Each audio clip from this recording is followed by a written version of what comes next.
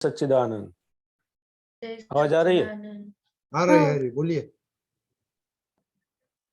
नमो अरिहंताणं नमो अरिहंताणं नमो सिद्धाणं नमो सिद्धाणं नमो आयरियाणं नमो आयरियाणं नमो उवजायाणं नमो वज्रायाणं नमो लोये सवसाहुणं लोयसवसाहुणं ऐसो पंचनमुक्कारो ऐसो पंचनमुक्तारो सर्व पावपणासनो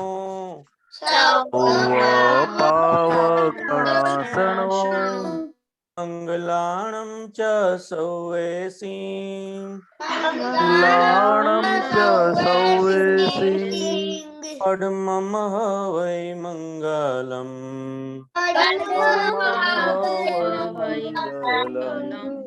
ॐ नमो भगवते वासुदेवाय।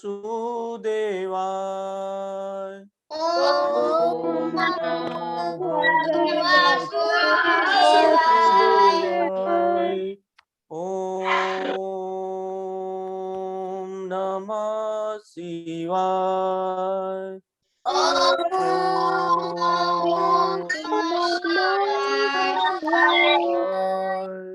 जय सच्चिदानंद। जय सच्चिदानंद। जय सच्चिदानंद।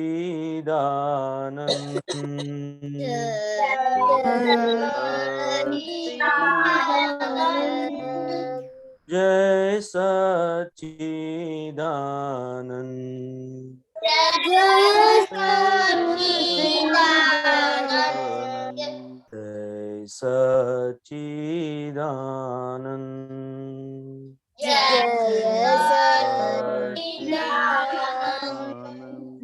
जय सच्चिदानंद। जय सच्चिदानंद।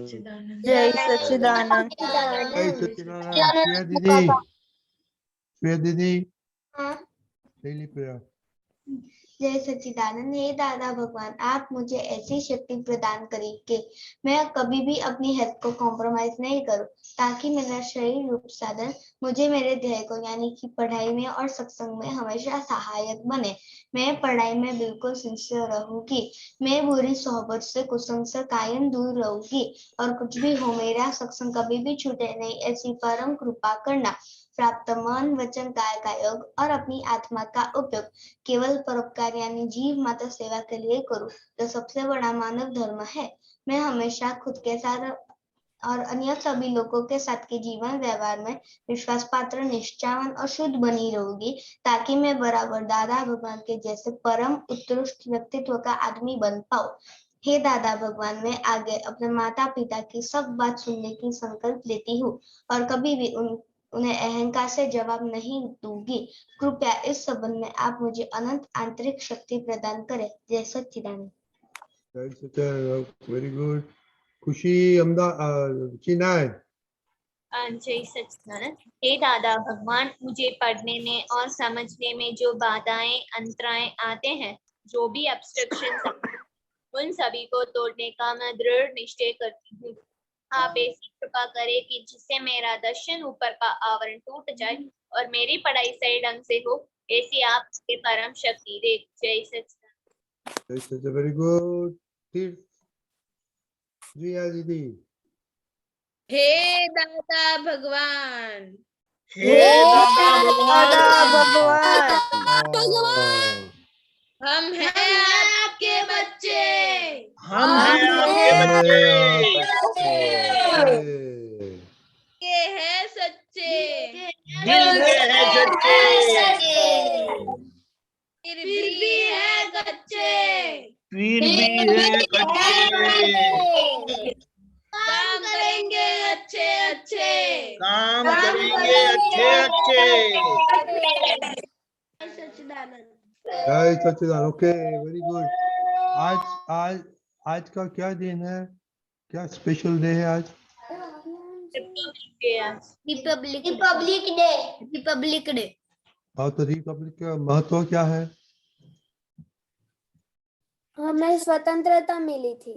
वेरी गुड, स्वतंत्रता मिली थी। ओके, तो प्रदीप दादा ऑल द टाइम बोलते हैं कि संजोगों डे टाइम सबको यूज करने का है अपने विचार करके। तो आज का होमवर्क अभी सोचो कि हमको इंडिपेंडेंट होना है दादा के ज्ञान मुताबिक। ओके, तो उसमें आपको एक टेढ़ा एक खराब हैबिट और जो कुछ करने का है निकालने उससे इंडिपेंडेंट होने का है, वो सोचने का। बाद में हम हसमुख काका को भी पूछेगा, दीपक काका को पूछेगा, दीपक आनंद जी को भी पूछेगा। ओके, तो who wants to go first? किसने सोचा? ओके, विधि दीदी। हाँ जय सच्चिदानंद। आज मैंने ये तय किया, मतलब मैं हर बार खुद की बात मनवाने का हमेशा कोशिश करती हूँ कि सब लोग मेरी बात माने। तो मैंने आज निश्चय किया है कि मैं सहज हो जाऊं और सबकी बात मानूं मैं, और मेरी बात किसी से ना मनवाऊं। Very good. फिर दीदी। हाँ जय सच्चिदानंद। मुझसे ये होता आ रहा है और अभाव तो किसी का भी नहीं करना है, पर मुझसे म्यूजिक ज्यादा सुना जाता है। हर बार मम्मी याद कराती है फिर भी मैं मुझसे सुना जाता है, तो मुझे स्टॉप करना है, म्यूजिक सुनना ही नहीं है अब से। नो ऐसे हमने नहीं बताया, हमने बताया कि पद सुनने का टाइम मिले तो फ्री टाइम। आपको साइंटिस्ट बनने का है ना, तो पद में तो बहुत बहुत बहुत बहुत साइंस है। सच्ची दादा, ओके, हाँ दीपक दादा। कौन सा म्यूजिक सुनते हैं आप? बॉलीवुड का। सुना? मेरे ध्यान में तो वही था। हमको मगज मालूम भ्रष्ट नहीं हो है। जाए, मगज दिमाग खराब हो जाएगा, सड़ जाएगा, पूरा पॉइजन। हाँ मम्मी डैडी कुछ बोलते नहीं है आपको? डंडा लेके मारते नहीं है? याद करा थे पर बस मुझे याद कराते। नसीबदार है आपको ऐसे डैडी मम्मी मिले। मेरे जैसे मिलते तो बराबर डंडा लगाता मैं तो। वो पीछे मम्मी बैठी है ना, हाँ मम्मी है। तो इसीलिए वो हम बोलती है तो ना, आप डैडी नहीं बने इसीलिए, तो आप मम्मी बनते तो पता चलता क्या होता है। वो भी बात तो सही है ना। Okay, okay okay. नेवर दीदी नेवर डोंट दीदी, फॉरगेट। आप गलती आपको से भी रियली नहीं। मगज में जाने का है क्या? साइंस बनने का है? साइंस में पद पद पद दादा दादा दादा। हाँ अदर उसके पहले में कुछ हम गारंटी मार के देता हूँ अभी आज कि वो नहीं होगा ना, you will never become a good scientist. हाँ दादा। ओके, नम्या भाई। आज मैंने ये कि मैं टीवी और मोबाइल बंद कर लूं। Okay, very good. हरी भाई।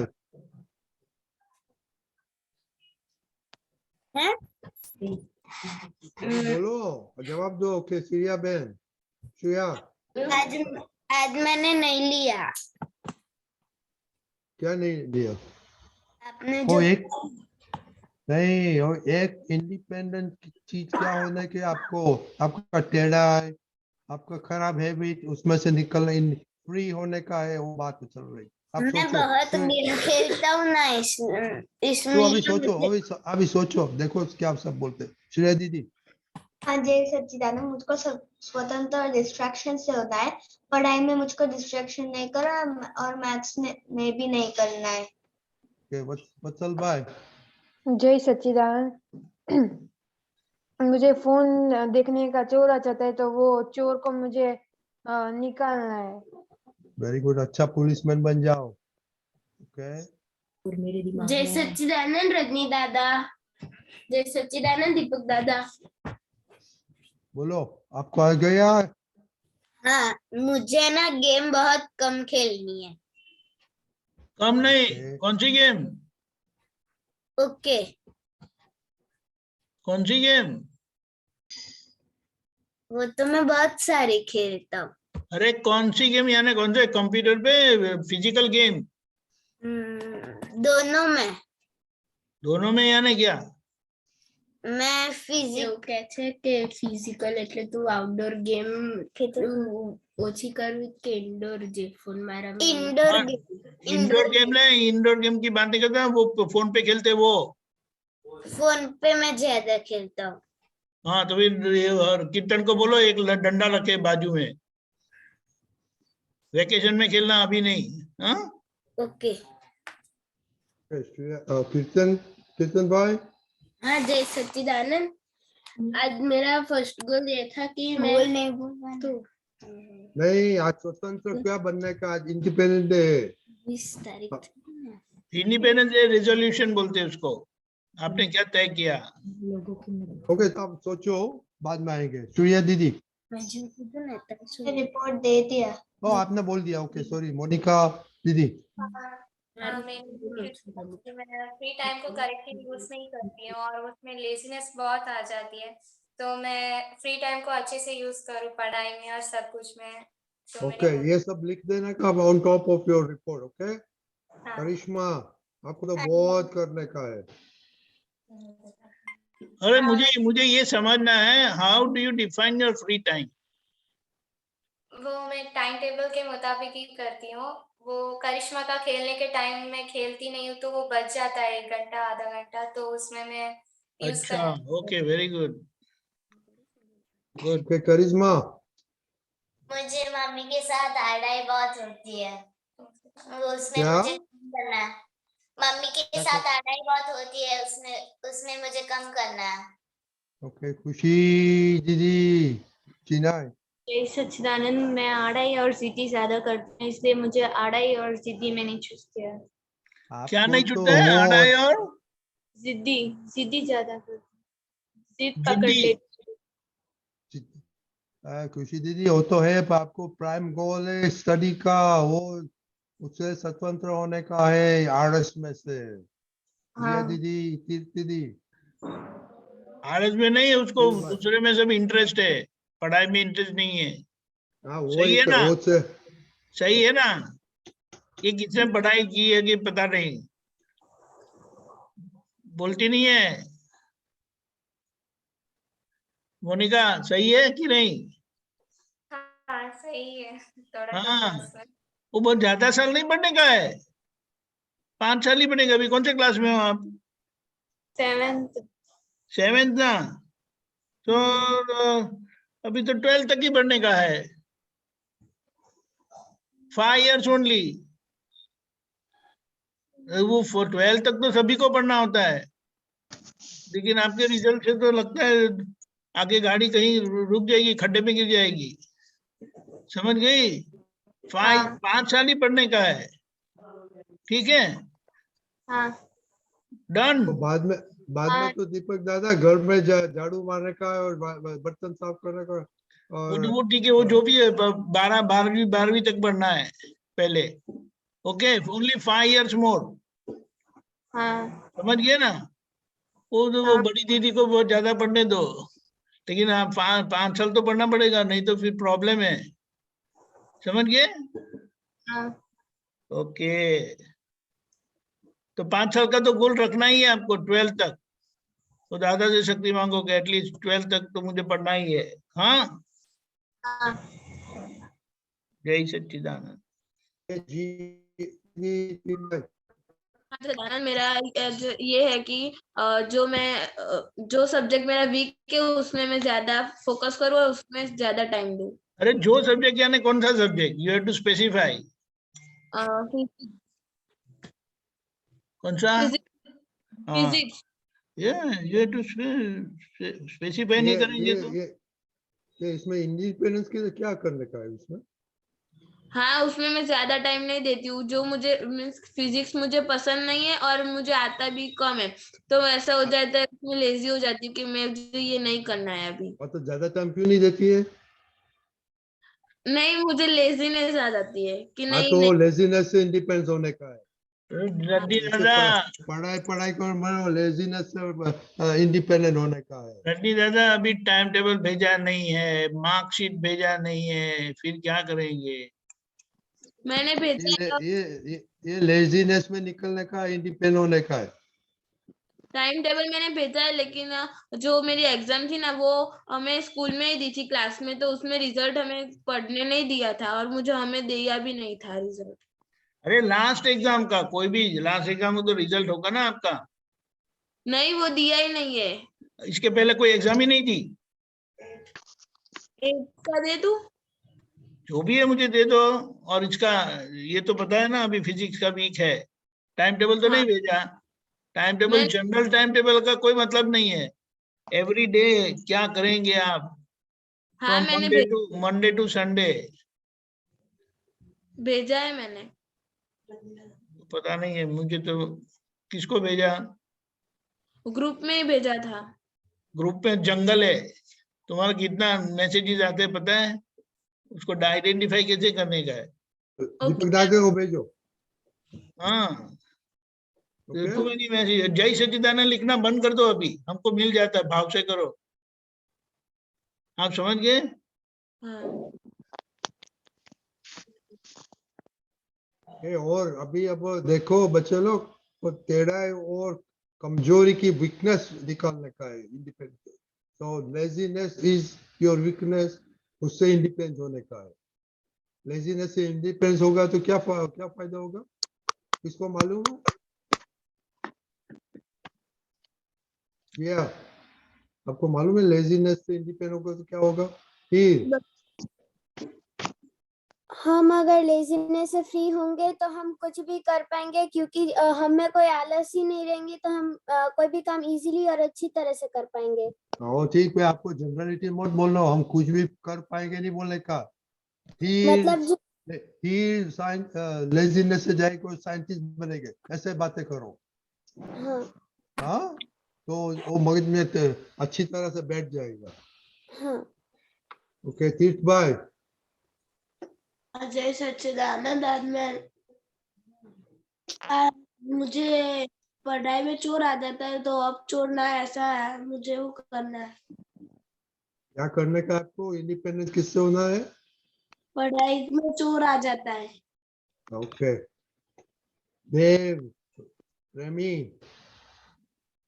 जय सच्चिदानंद।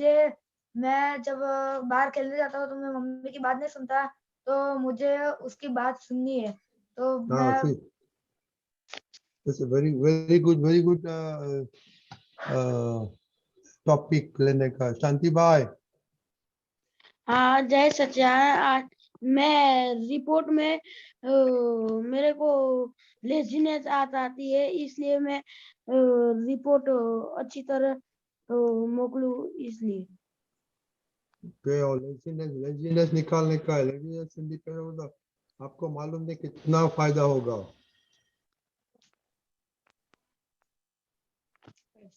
साक्षीबा। जय सच्चिदानंद।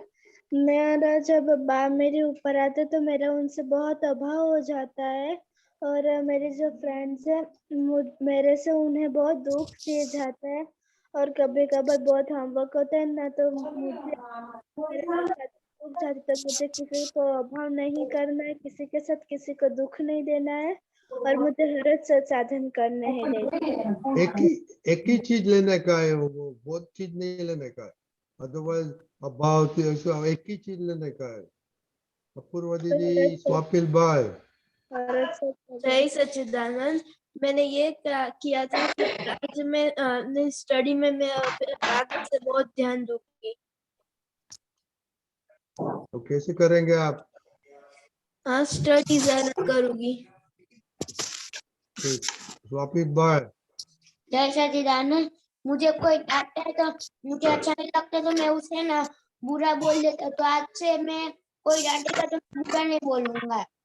Very good. देखो बच्चे लोग, दैट इज वेरी गुड। उसकी वीकनेस निकालने का, इंडिपेंडेंट होने का है। क्या दीपक दादा?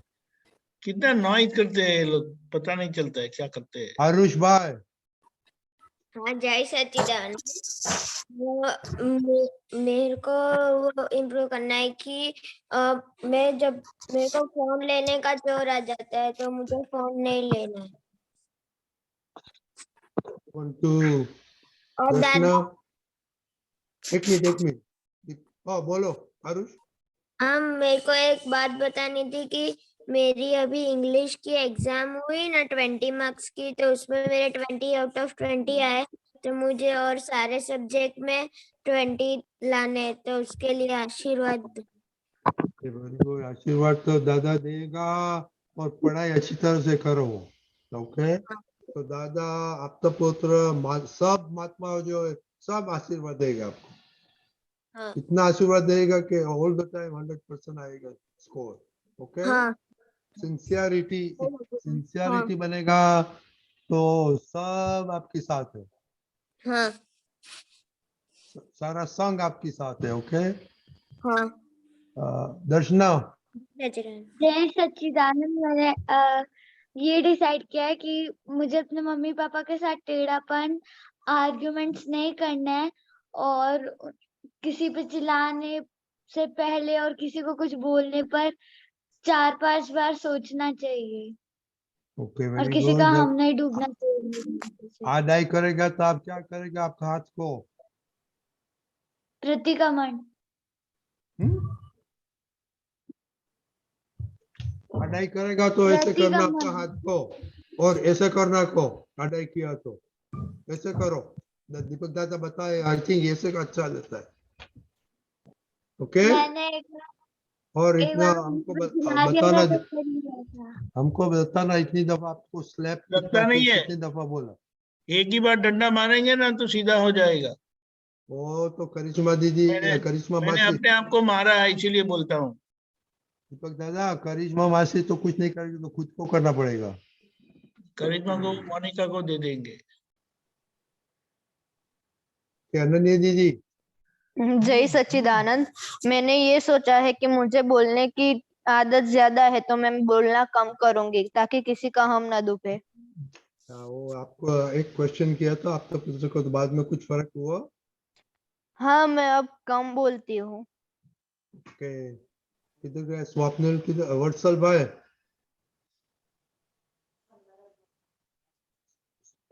अपूर्वा दीदी, हाँ जय सच्चिदानंद। ये आपने बड़ी दीदी कम बोलने का शुरू किया कि नहीं? क्या? ये अपूर्वा दीदी ने कम बोलना शुरू किया कि नहीं? वत्सल જય સચ્ચિદાનંદ મારું થઈ ગયું है? મારું થઈ ગયું नहीं आज मैंने क्या बोला, अन्य ने दीदी ने रिजोल्व किया है कम बोलने का, उसने कम, ऐसा लगता है कम होता है कि नहीं? अब थोड़ा कम बात करती है। मैं 2-3 बार पूछता हूँ तो ज्यादा गुस्सा हो जाती है। गुस्सा कम होता है जैसे ये अच्छा नहीं है। उसका मतलब नहीं है, वो करेक्ट नहीं है। हाँ वो कोई पूछता है तो उनको तुरंत जवाब देने का होता है, लेकिन पर मैं स्टडी में रीडिंग करती हूँ तो वो आता है तो मैंने कहती हूँ कि हाँ मैं थोड़ी देर बाद तुझे जवाब दूंगी, पर वो 2-3 बार पूछता है तो स्टडी में डिस्टर्ब होता है, वो इसलिए। अलग है। करेक्ट। वो पर हमने बताया ना, जब आप प्राइवेटली स्टडी करने का तो आपके रूम में जाके बंद करके बैठ जाने का। हाँ अपूर्व दीदी, स्वाभिक भाई, अपना बड़ा दीदी कम बोलने का शुरू किया कि नहीं? अब तो पूरे दिन स्कूल होती है तो अभी बोलती ही नहीं है, और रूम में वो स्टडी करती है वो पूरे दिन। हम ऊपर जाते हैं तब थोड़ी देर हम बातें करते हैं। ओके तो अभी वो तो आपका वो आप अभी ये रिपोर्ट से उसका फेवरेट ब्रदर हो गया, वत्सल नहीं। ओके ओके आई थिंक दर्शल बाकी रह गया। दर्शल, यस। दर्शल जय सच्चिदानंद। मैंने ये रिजोल्यूशन लिया है कि मैं कभी कभार मम्मी का अभाव डुबा देता हूँ तो वो मुझे बंद कर देना है। क्या बंद करने का है? मैं मम्मी का अभाव कर देता हूँ तो वो मुझे नहीं करना है। आपको तो थोड़ा शांत होने का है, तो आपकी प्रकृति बहुत खुदाखुद करती है। हाँ हाँ ओके રજની विशाल, દાદા मेंबर नॉट प्रूव એવું આવે तो बाद में हम बात करेंगे। ओके दरअसल हाँ नहीं ओ कुशाल जय सच्चिदानंद मैंने ये किया कि मुझे मम्मी के साथ और किसी के साथ भी टेढ़ापन और लड़ाई नहीं करनी है। Very good. ओके दीपक नम्य दादा। हो गया? नम्य हो गया? हाँ हाँ हो गया ओके। Okay fine. तो दीपक दादा आपको स्वतंत्र किससे बनाना है वो बताओ, बाद में बात करो और बाद में हसमुख क्या काका, क्या दीपक बताया? काका से बात करिए। क्या बताया? आपने क्या ये रेजोल्यूशन किया इंडिपेंडेंट के लिए, आपके लिए, खुद के लिए, वो बताना, बाद में हसमुख काका और दीपक काका को पूछेंगे। मुझे मेरा टाइम टेबल फॉलो करने का है, बहुत बैडली डिस्टर्ब हो जाता है,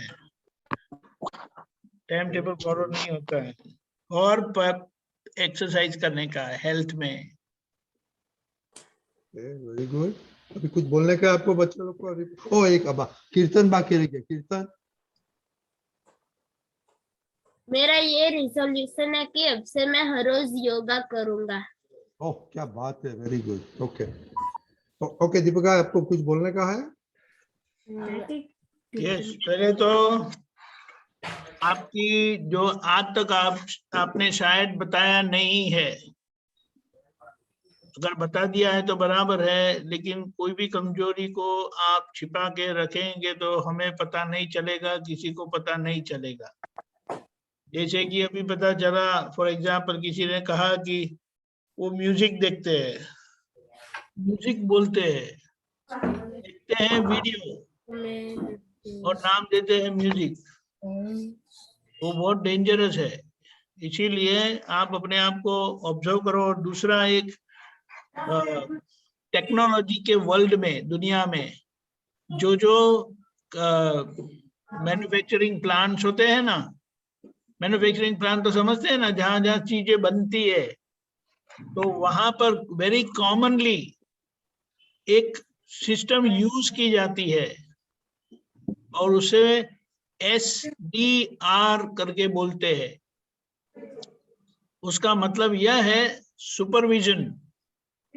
S स्टैंड फॉर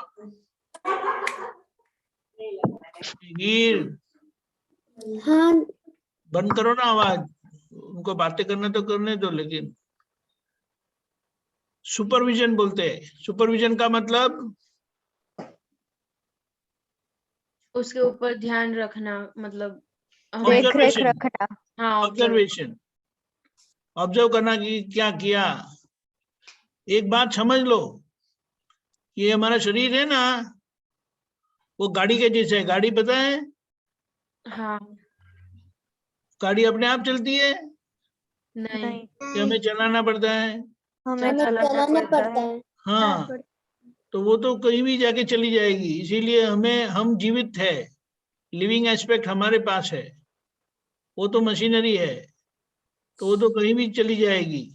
म्यूजिक अच्छा लगेगा, सोने को अच्छा लगेगा, आलस करना अच्छा लगेगा, खेलना अच्छा लगेगा, पढ़ाई अच्छा नहीं लगता है, वगैरह वगैरह। Supervision very important aspect. Perfect supervision का रिजल्ट क्या आता है? परफेक्ट प्रोडक्ट, यानी रिजल्ट परफेक्ट आता है। फिर दूसरा डायलॉग बोलते हैं, SD। D stand for dialogue.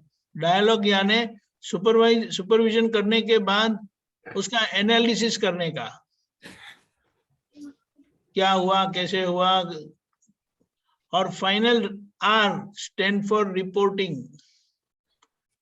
उसका मतलब क्या है कि आपका जो मशीनरी है, मैन्युफैक्चरिंग है, उसका रिपोर्ट क्या है, what is the end result. और रिजल्ट को फीडबैक लेके करेक्शन करके दोबारा सुपरविजन करेगा, डायलॉग और रिपोर्टिंग। समझ गए? पूरा लूप बन जाता है, सर्कल रादर।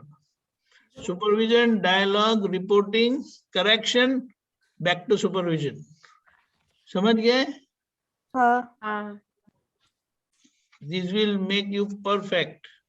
आपकी ये गाड़ी है ना, माइंड स्पीच बॉडी की, मन वचन काया की बॉडी, एकदम सुपर डुपर हो जाएगी, पार एक्सलेंट लाइक दादा भगवान।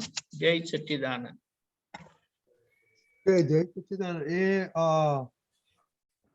उसको ड्राइंग अच्छा आता है, वो ये सर्कल दीपक दादा ने SDRC बताया, और कौन सर्कल में ड्रॉ कर सकता है।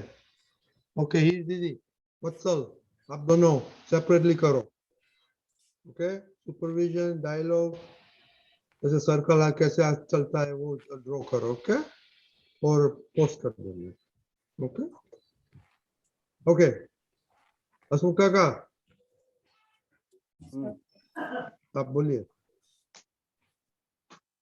दीपक काका बोलिए। आप हसमुख काका हाँ बोलिए। आपका रेजोल्यूशन स्वतंत्र क्या होने का है, और ये बच्चों को कुछ मैसेज देने का है कि नहीं?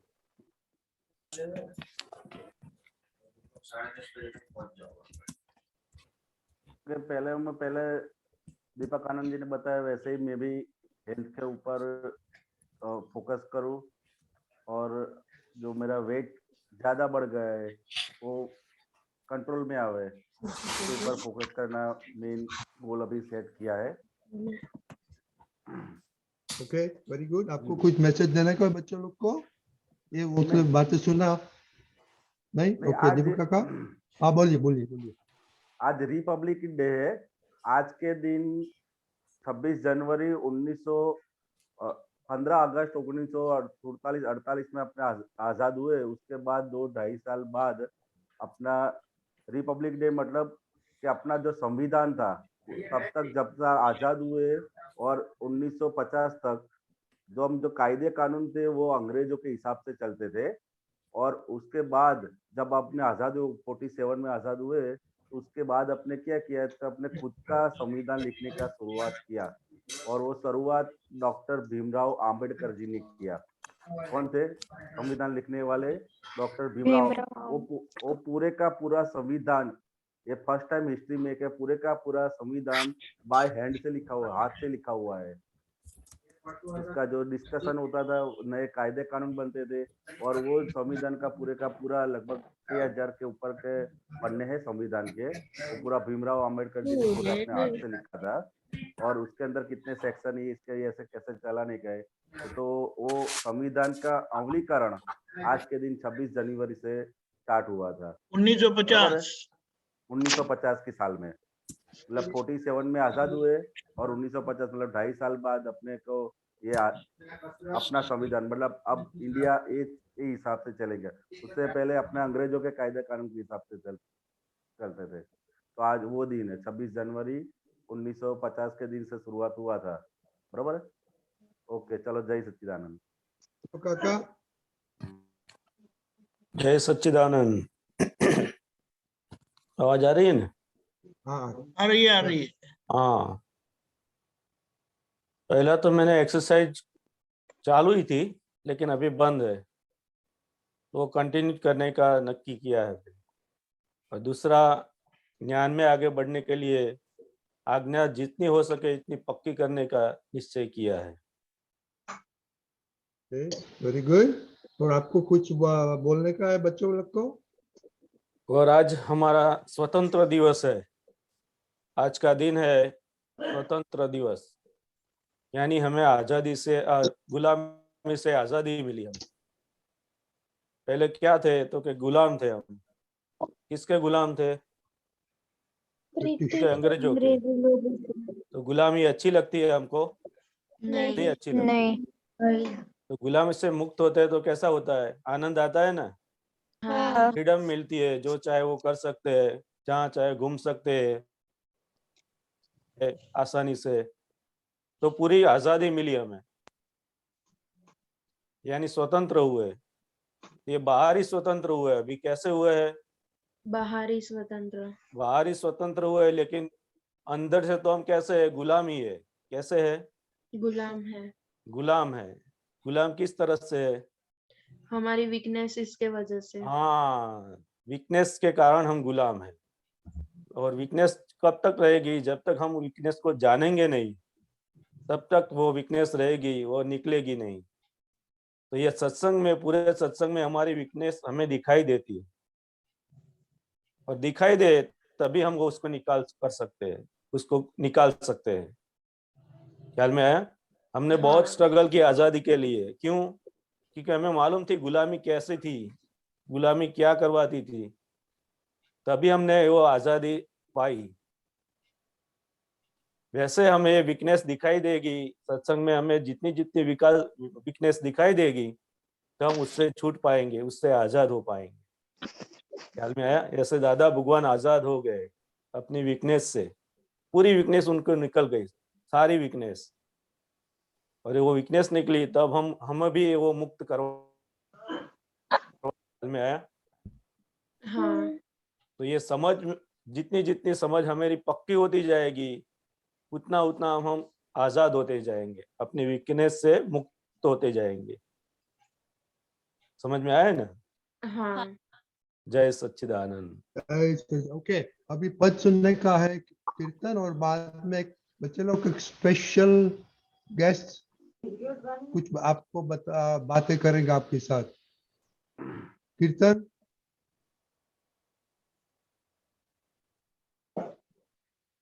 हरी, हाँ कीर्तन का जो हाँ, कीर्तन पानी पीने गया था। हाँ, जय सच्चिदानंद। हाँ जैसे बोलो। 2 मिनट।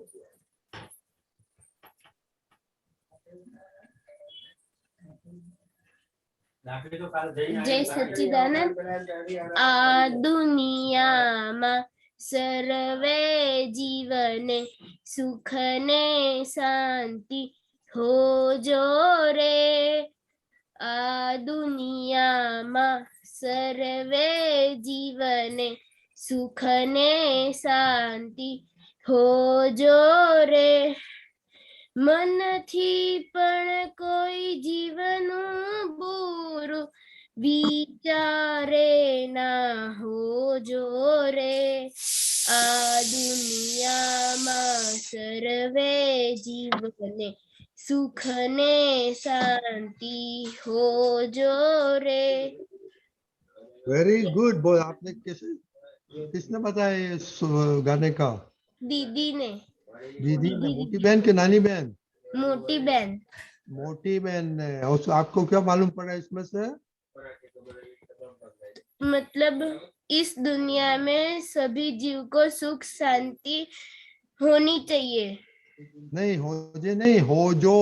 तो हो आप जो। आपको आप मिल- भाव करते हैं, आप मिले। भाव करते हैं, आप भाव करते हैं कि भाई सबको सुख और शांति हो। ओके, बाद में हमारे मन से या विचार से किसी का बुरा नहीं करना चाहिए, वेरी गुड। विचारना नहीं चाहिए।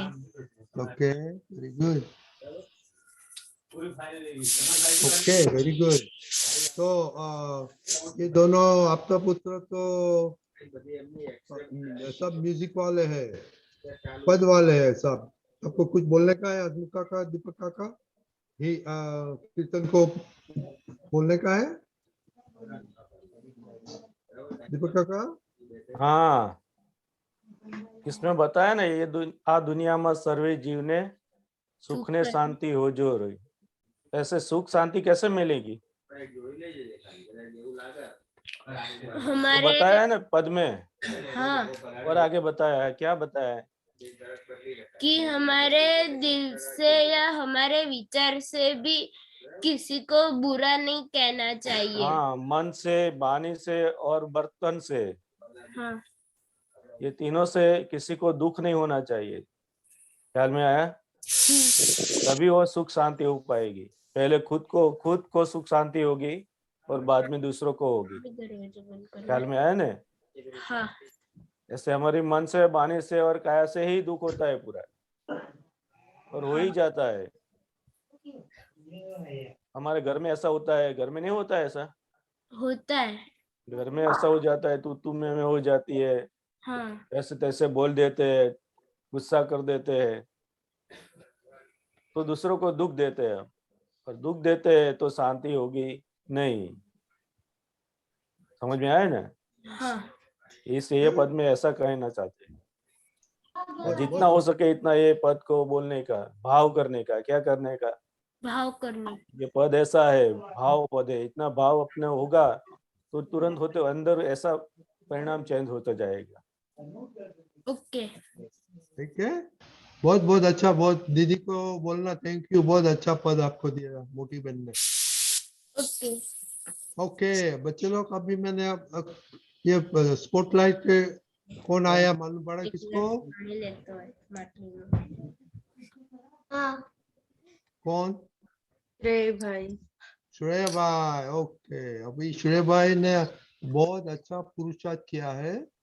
उनने अपना एडजस्ट एवरीवेयर किताब सारा टाइप किया और आपका पुत्र से प्रूफ करवाया और बाद में उन्होंने उसका वीडियो बनाया, 50 वीडियो बनाया।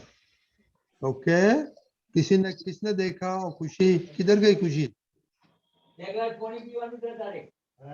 विधि? हाँ वो आज मामा के घर गई है। हाँ तो वो किससे दूसरा वो वीडियो किसने देखा? बंद कर कैमरा। कौन बोला? किसी ने नहीं देखा? ओके दीपक दादा एक दिखाओ। ओ एक मिनट, हरी किसने बोला? कीर्तन आपने देखा? हरी दिखा? नहीं मैंने नहीं देखा। Okay very good. दीपक दादा ये दिखाओ सबको। This is 59, huh? 49 है ना? I don't have 49. Okay. I thought it was only 15, huh? No. Okay, fine. Yeah, sorry. Yeah. Okay, this is what Hitachiba. This is the first page. Okay. Music है उसके साथ? हाँ क्या बताया? उसके साथ ऑडियो म्यूजिक हो ऑडियो एक मिनट, ऑडियो नहीं आता है। ऑडियो के लिए कुछ और करना पड़ता है।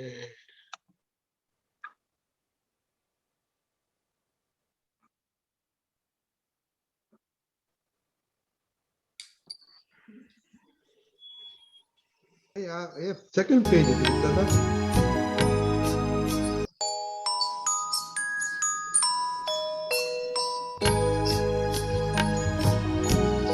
I can't hear any voice.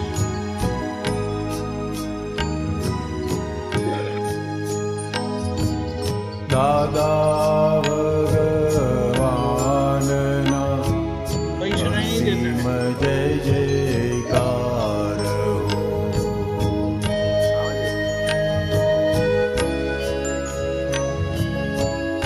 आवाज आती है आपको? आती है हाँ आता है। क्या आता है? दादा भगवान ना असीम जय जयकार हो।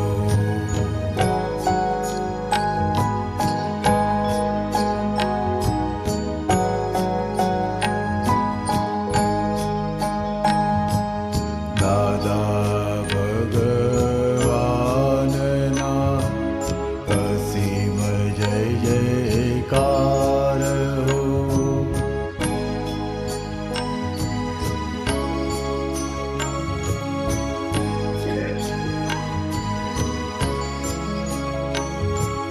दादा भगवान ना असीम जय जय। ओके थैंक यू दीपक दादा। ओके तो ये तो देखो उसमें क्या टॉपिक क्या था उसका, ये वीडियो का किसको मालूम है? किसने पढ़ा? Vatsal? Adjust everywhere. Adjects everywhere. Adjust everywhere. No बात तो ये तो बिग टाइटल है, छोटा टाइटल क्या था? ये किसी ने पढ़ा नहीं? सब हाँ? शांति, एडजस्टमेंट लेगा तो परम शांति आएगी, वो लिखा है। चलो आप सोते हैं, हमने सारा पढ़ लिया ना। ओके, तो हमने ये फर्स्ट प्रोजेक्ट स्टार्ट हुआ तब तक कंप्लीट हुआ, तो श्रेय भाई आपका थोड़ा एक्सपीरियंस बोलेगा। अच्छी तरह सुनना, बाद में क्वेश्चन मैं क्विज करूंगा। श्रेय भाई। जय सच्चिदानंद सभी को। तो ये प्रोजेक्ट मैंने स्टार्ट किया था दिवाली के टाइम पे नवंबर में, और मुझे तकरीबन 20 से 25 दिन लगे थे पूरा टाइप करने में। और उसके बाद प्रूफ रीडिंग के लिए भेजा था दीपक आनंद जी के पास, मीनेश आनंद जी के पास। और मीनेश आनंद जी ने एक्सेलेंट जॉब किया है इसमें प्रूफ रीडिंग में। जो छोटी छोटी जो गलतियां, जो बारीक गलतियां होती है, जो हमें गुजराती पता नहीं चलती, वो उन्होंने इतनी बखूबी उसको प्रूफ रीड करके मुझे भेजा, तो मेरा तो सारा काम आसान हो गया था वीडियोस बनाने में। और दूसरा, मुझे इससे पहले पावर पॉइंट के बारे में मुझे कुछ भी नहीं आता था, तो इसमें मैं फुल क्रेडिट रजनी अंकल को दूंगा, जिन्होंने मेरे साथ थोड़ा टाइम स्पेंड किया और मुझे अच्छे से सिखाया कि किस तरह से वीडियो एडिट करना है, कैसे उसमें कीर्तन भक्ति ऐड करनी है, ऑडियो ऐड करना है, ये सारी चीज़ें। और फिर मैंने तो ये तय कर लिया था कि कुछ भी हो जाए, एक बार प्रूफ रीड होके आ जाए मेरे पास, तो मुझे ज़्यादा से ज़्यादा 10 दिन में सारे के सारे वीडियो ख़त्म कर देने। तो मुझे ये पता था कि सबसे बड़ा टॉपिक है, अगर आप दादा की जितनी भी किताबें पढ़ेंगे, फॉर एग्जांपल पॉजिटिव दृष्टि, भोगवे तेनी भूल, बन्यू तेनिया, उसमें एडजस्ट एवरीवेयर सबसे बड़ा है, यानी उसमें ज़्यादा टाइम जाएगा। फिर भी मैंने तय किया था कि कुछ भी हो जाए, दिन के 10 वीडियो तो मुझे बनाने ही है, और चाहे रात के 12 बजे 2 बजे कुछ भी हो जाए, 10 वीडियो मुझे बनाने, रजनी अंकल को भेजने, उसके बाद ही मैं सोऊंगा। तो ये बहुत अच्छी सिंसियरिटी रही, और मैंने तकरीबन 7 दिन के अंदर, 7-8 दिन के अंदर ये सारे वीडियो एडिटिंग भी खत्म कर दिया। अच्छा, अब थोड़ी प्रोजेक्ट की बात करें एडजस्ट एवरीवेयर में से, जैसे कि हमने तो बहुत सारे प्रोजेक्ट्स किए हैं इसमें यूथ में। तो मैं सबसे पहले तो ये कहूँगा कि मैं खुद भी शॉक हो गया था, मैं ऐसे जब टाइप कर रहा था एक एक शब्द को, तो मैंने तो ये बुक न जाने कितनी बार पढ़ी होगी इससे पहले, 10 से 12 बार पढ़ी थी, लेकिन जब मैंने टाइप करना शुरू किया और जो चित्त की हाजिरी जब होने लगी उसमें, तो इतने सारे एक के बाद एक नए नए फोड़ पड़ते गए, जो मैं खुद भी, मुझे आई वॉज टोटली शॉक कि ये बात मैं इतनी बार पढ़ चुका हूँ, ये बात मुझे समझ क्यों नहीं। ये आज मैंने जो ये लिखा है, तब जाके मुझे समझ में आया। जैसे कि उसमें एक सेंटेंस आता है कि केवल ज्ञान थता सुधी आडाई होय, ऐसा दादा भगवान ने कहा है कि केवल ज्ञान थता सुधी आडाई होय, यानी जब तक केवल ज्ञान नहीं होगा तब तक आडाई रहेगी। जो आप लोगों ने जो अभी बात की आडाई के ऊपर, तो वो तो आप सोचिए कि कहाँ तक जाएगी आडाई, तो कहाँ तक हमें एडजस्टमेंट भी लेना पड़ेगा। जब तक केवल ज्ञान नहीं हो जाता, तब तक ये एडजस्टमेंट की प्रक्रिया जो है, प्रोसेस जो है, वो चलती ही रहेगी।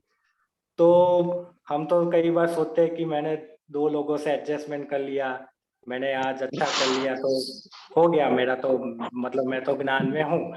लेकिन जब पता चलता है धीरे धीरे आगे, जब जैसे बढ़ते, तब पता चलता है कि बहुत सारी आडाइयाँ हमारे अंदर है, बहुत सारी जो छोटी छोटी कमजोरियां है, जो आगे चल के बड़ी बन जाती है, वो हमें पता नहीं चलती। तो ये एक बात मुझे बहुत अच्छी लगी। और फिर एक और टॉपिक आया था उसमें कि don't see loss, please settle, यानी लॉस नहीं जो देखने हैं हमें। और इसमें दादा का एक सेंटेंस है कि इस कलयुग में तो आप क्या लॉ देखोगे, इस कलयुग में सब कुछ चला गया है यहाँ पे, तो નીચલા છેલ્લા પાટિયા આવી ગયું છે, ऐसा लिखा है गुजराती।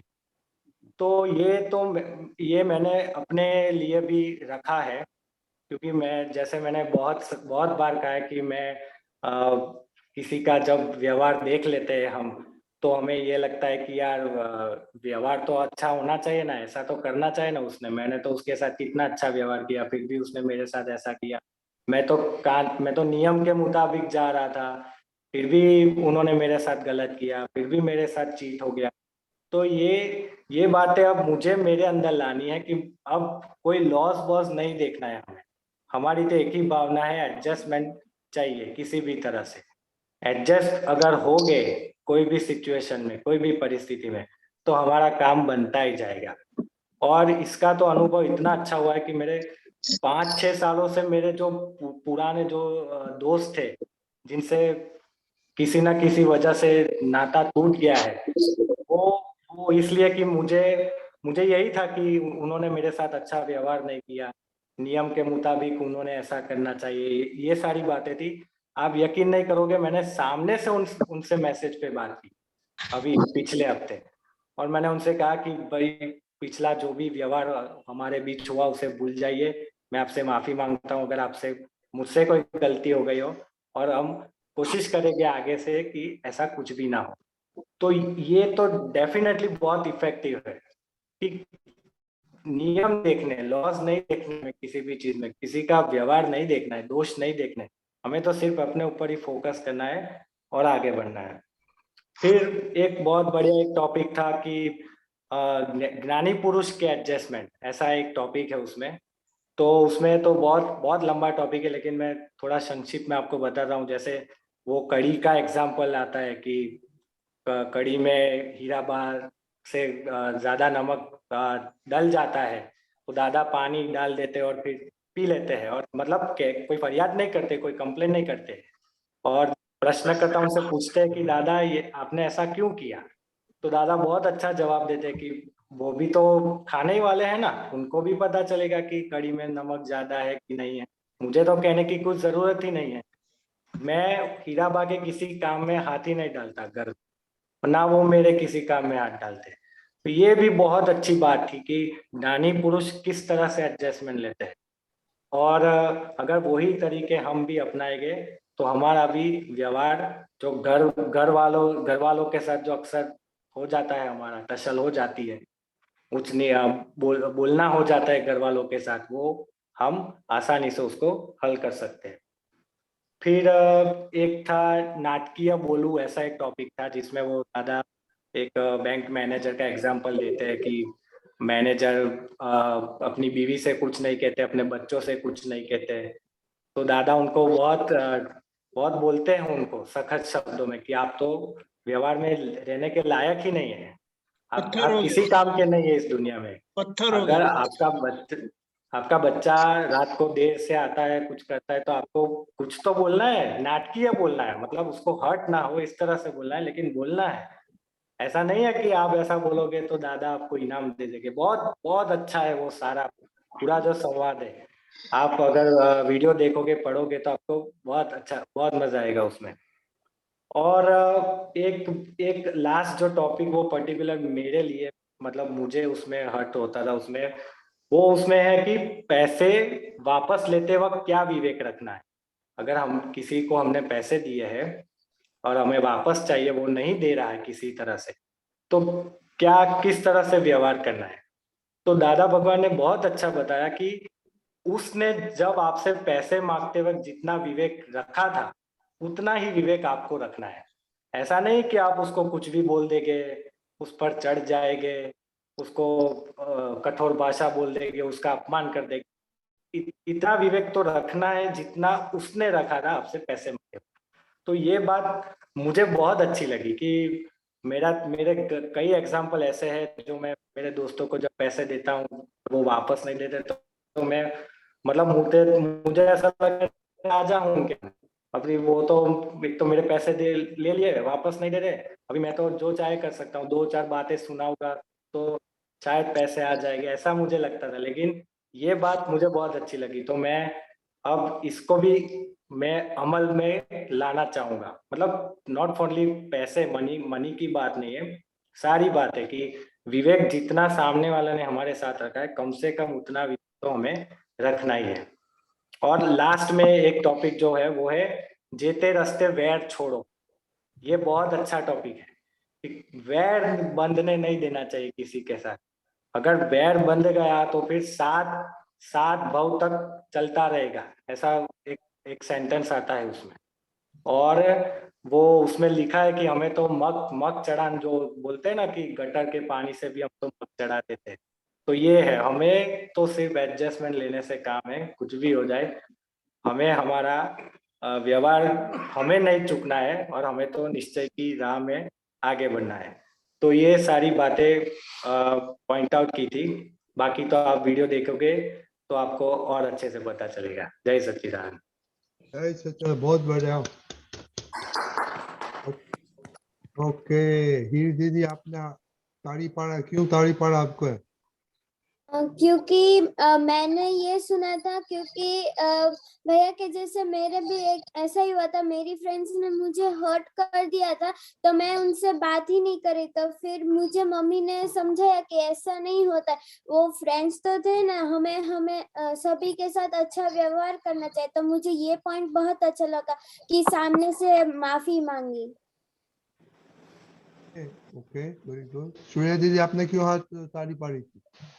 हाँ, मुझे भी ऐसा ही हुआ था कि मेरी एक फ्रेंड है ना, मुझको बहुत लग रहा था कि वो बहुत बोल रही है और बहुत शो ऑफ कर रही है, पर फिर उसने सामने से मुझे मैसेज किया कि मैं सॉरी हूँ, हम फिर से दोस्त बन जाते हैं। मैं बात भी नहीं करती थी उसके साथ ऐसे। ओके, एक चीज इसमें, आप श्रेय भाई का प्रोजेक्ट में से क्या आपको अच्छा लगा?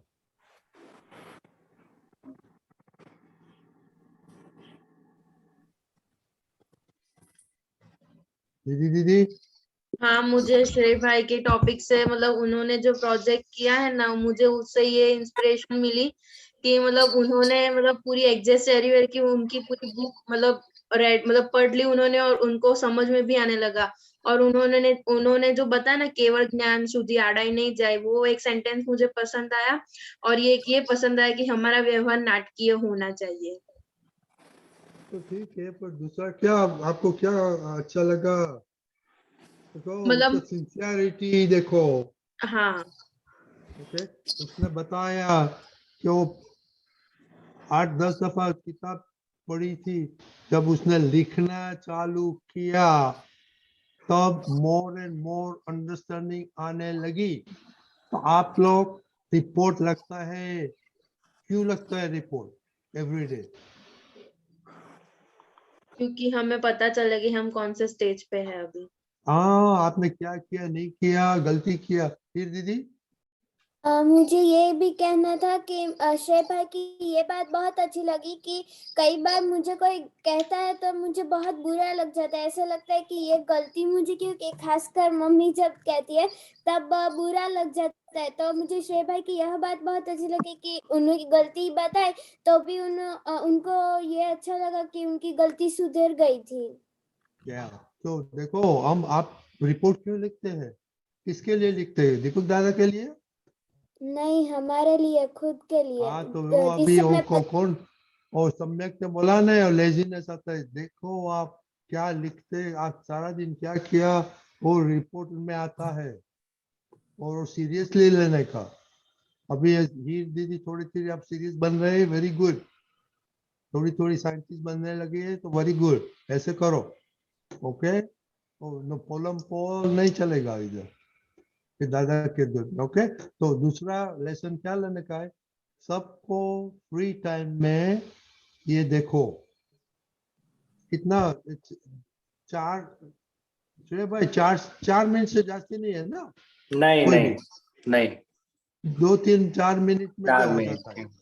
तो एक देखो एवरीडे, वो छुट्टी है, राइट दीपक दादा, देखने का? यस, सुनाई राइट दीपक दिया? दादा? यस। ओके ओके, तो ऐसे देखो, और उसमें से क्या आपको पसंद पड़ता है और नोट करो आप नोट में। आपको किसको मालूम है कि हमने 60 वीडियो पोस्ट किया है आपके ग्रुप में? किसी ने देखा, पोस्ट किया है? तो ये चलो, ये है ना, पापा और मम्मी के साथ बैठो, कि चलो 5 मिनट पापा मम्मी हम ये देख लेते हैं।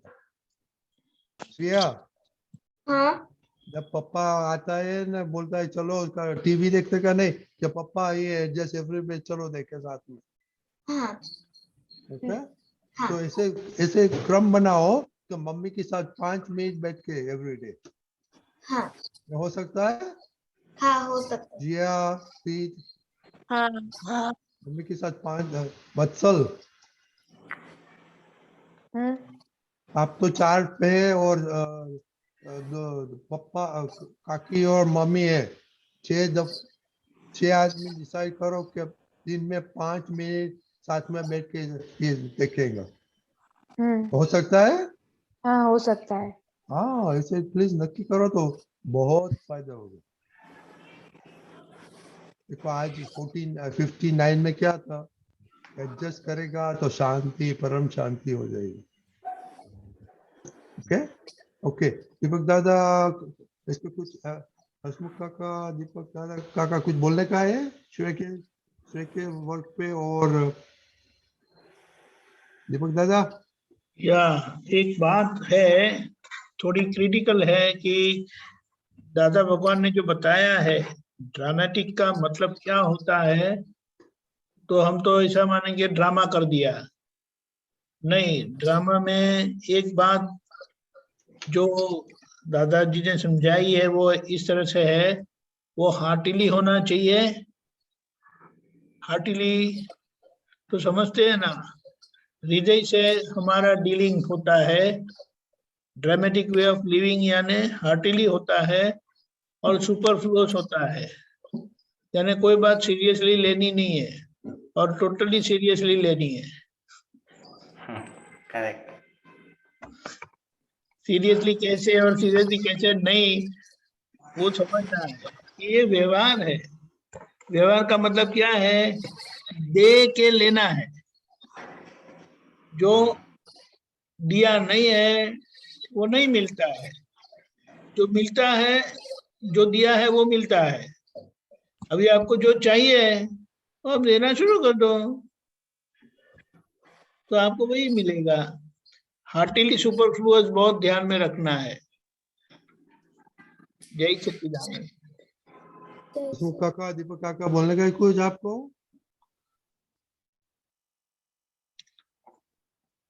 दूसरी एक बात थोड़ी फनी थोड़ी वो है, लेकिन वो एक बात है श्रेय भाई। हाँ मैं आपसे पैसा मांगने आया, हाँ जो भी बात की मैंने ऐसी बात की कि आप पैसा देने के लिए तैयार हो गए, राइट। ठीक है। अभी जब आप लेने जाए ना, मांगने आए मेरे पास, तब आपको ऐसा ड्रामा करना है कि पहले मैं आपको पैसा दे दूं।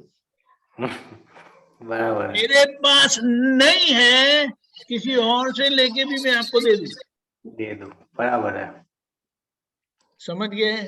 हाँ, समझ गया है। आप ऐसा बोलेंगे लेते वक्त तो ऐसा किया था वैसा किया था, अब कहाँ तो गया? नहीं है। हाँ नहीं आया। करेक्ट, नहीं आएगा। राइट ये दुनियादारी बहुत डेंजरस है। राइट। इसमें ड्रामा का महत्व हार्टिली सुपरफ्लुअस करके निकल जाना है। राइट। ये दो साइड वाला कटार है, नाइफ है, चाकू राइट। है, बहुत डेंजरस है। बहुत जय dangerous है। सच्चिदानंद। जय सच्चिदानंद। दीपक काका आपको कुछ बोलने का है। जय सच्चिदानंद। मैं तो आपको जय सच्चिदानंद। अप्रिशिएट करूंगा कि आपने बहुत अच्छा काम किया है और ऐसे ही आगे करते रहो। जो भी दादा की छोटी छोटी किताबें है बहुत अच्छी किताबें है, वो सभी को ऐसा काम करके पहुंचाओ सबको। इसमें आपका भी कल्याण होता है और दूसरों को भी काम में लगता है। बहुत बहुत बढ़िया। थैंक यू जय सच्चिदानंद। हसमुख काका है कि नहीं। है।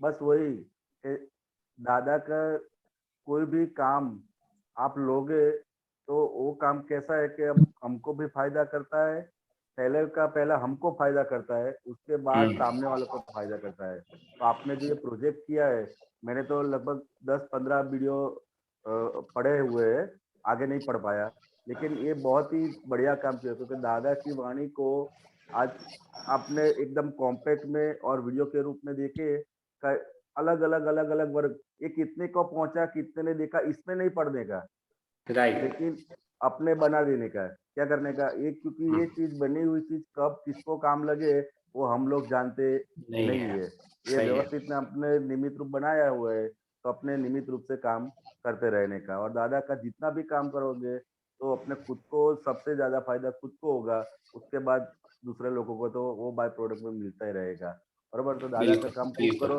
और सभी जो यंगस्टर है वो कैसे भी कर से कोई भी ये दादा के प्रोजेक्ट में कोई भी कुछ थोड़ा करते रहोगे तो बहुत ही फायदा होगा, बराबर।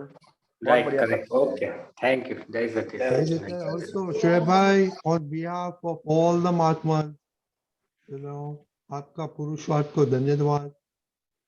ओके, ऐसे ऐसे फिर आप तो पुत्र बोला ना, ऐसे काम करो तो बहुत बढ़िया होगा, और आप दादा का वर्ल्ड वाइड निमित्त बन जाएगा, क्योंकि आई थिंक के ये हसमुख काका ने बोला ना, I think this a wonderful video.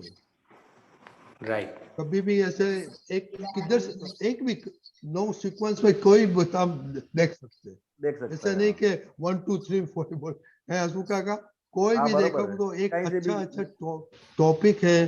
तो आई टेल यू, बच्चे लोग मम्मी के साथ पापा के साथ एवरी डे और एवरी अदर डे कोई भी देखेंगे ना, तो ओ आपका धन्य हो जाएगा। ओके, सो शोएब भाई, थैंक यू वेरी मच। और जस्ट उसका अनाउंसमेंट करने का एक, ही इज ऑलरेडी इतना शोएब भाई को पुरुषार्थ हुआ, इतना फायदा हुआ कि वो सेकंड बुक स्टार्ट कर दिया इसने।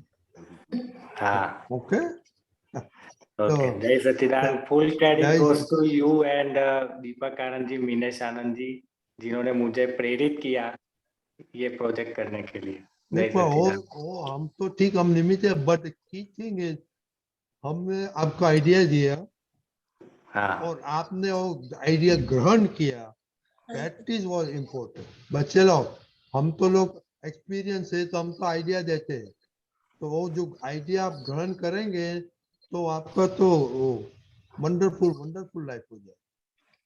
Okay, right, correct. जय सच्चिदानंद, जय जय सच्चिदानंद, जय सच्चिदानंद जय हसमुख सच्चिदानंद, दीपक दादा, जय सच्चिदानंद, जय सच्चिदानंद दीपक दादा, रजनी दादा, जय जय सच्चिदानंद। सच्चिदानंद। गीता बहन,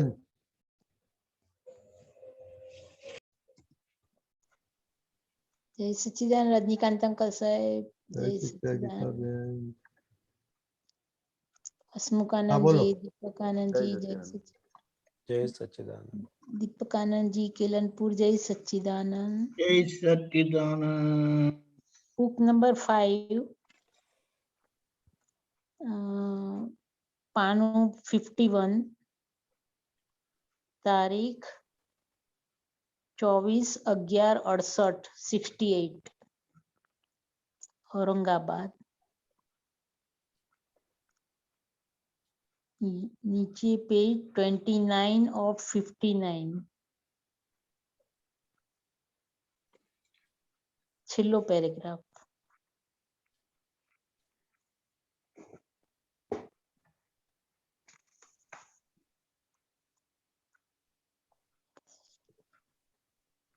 छेल्लो पैराग्राफ बोलो साहेब।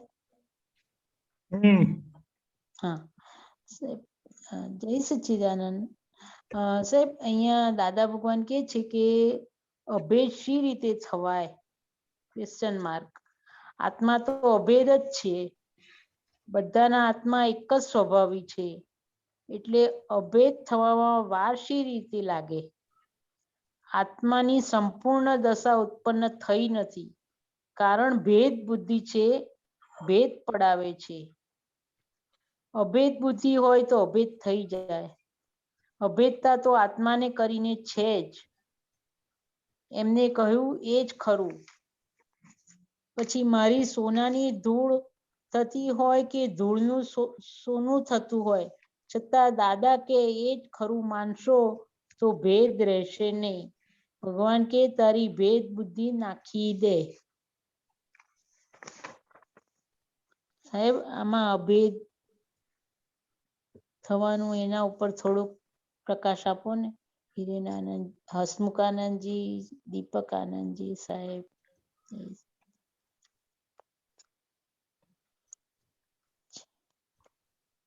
દેખાયું? હા, અભેદ અભેદ સી રીતે થવાય?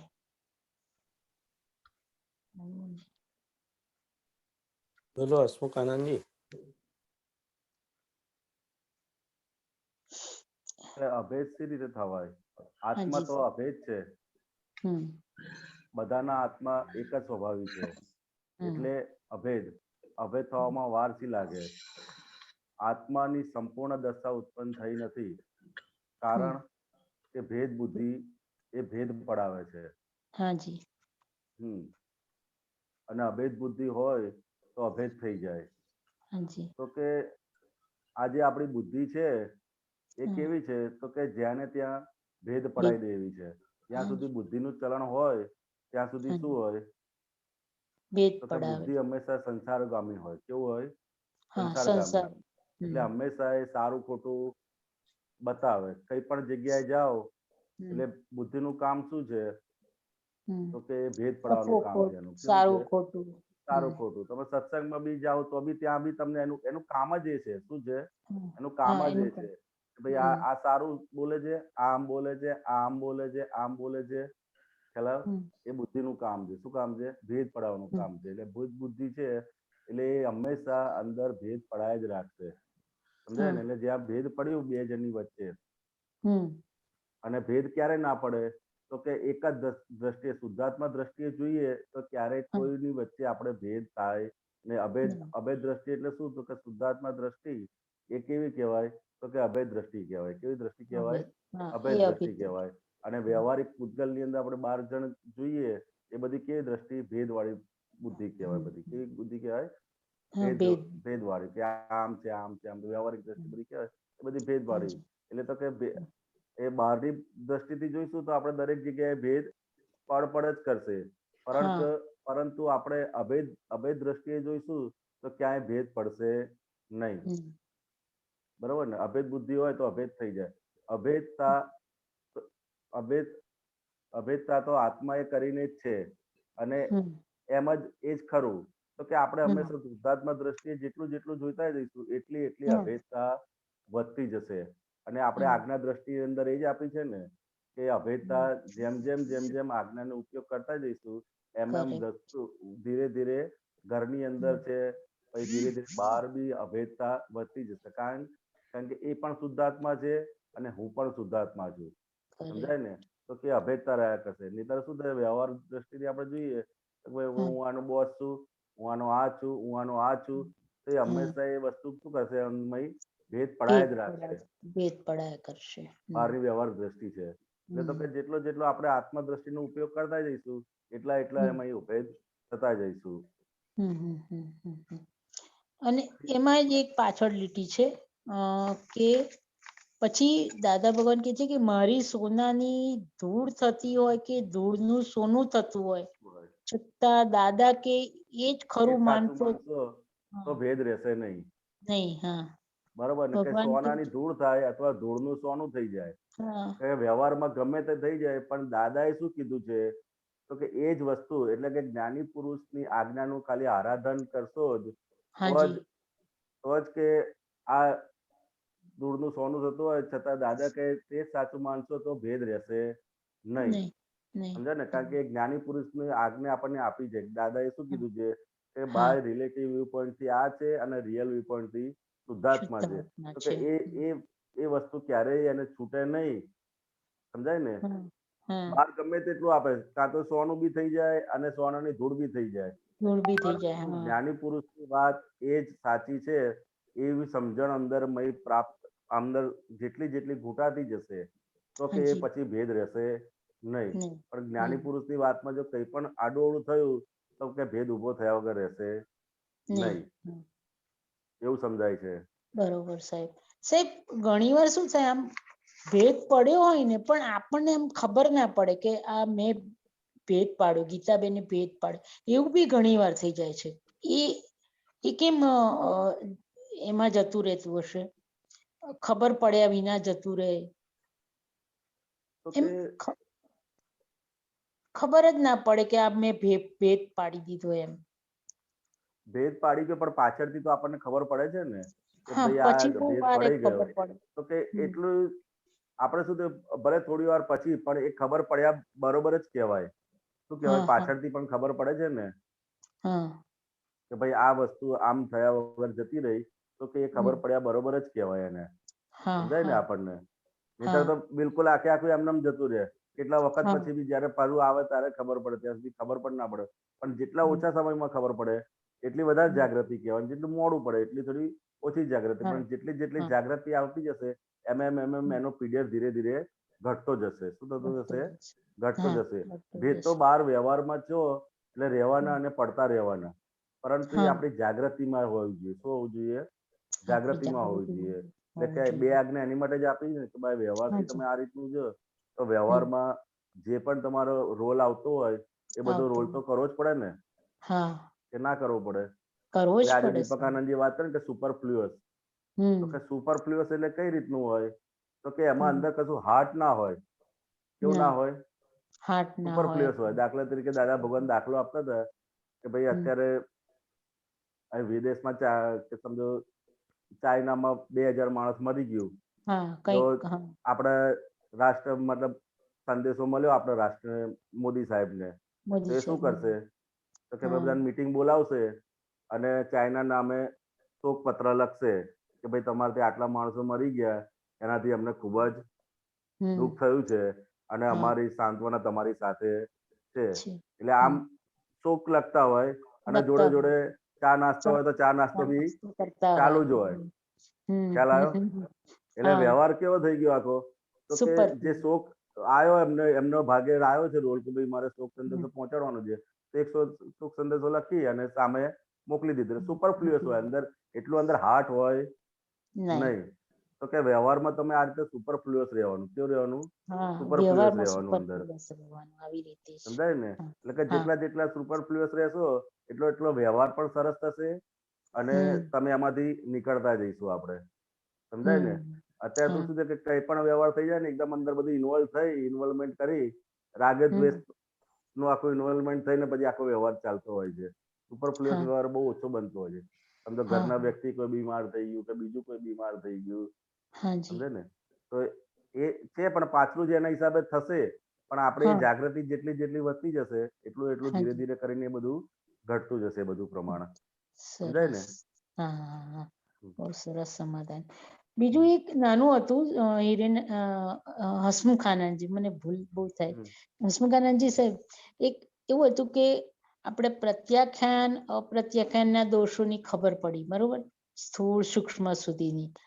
પણ હવે સંજ્વલનના દોષો થાય, જે સંજ્વલન દોષો, તે એ પછી એમાં દાદા ભગવાન કે સૂક્ષ્મતરમાં જાય ને તો એ કેવળ જ્ઞાનની બાધક બને.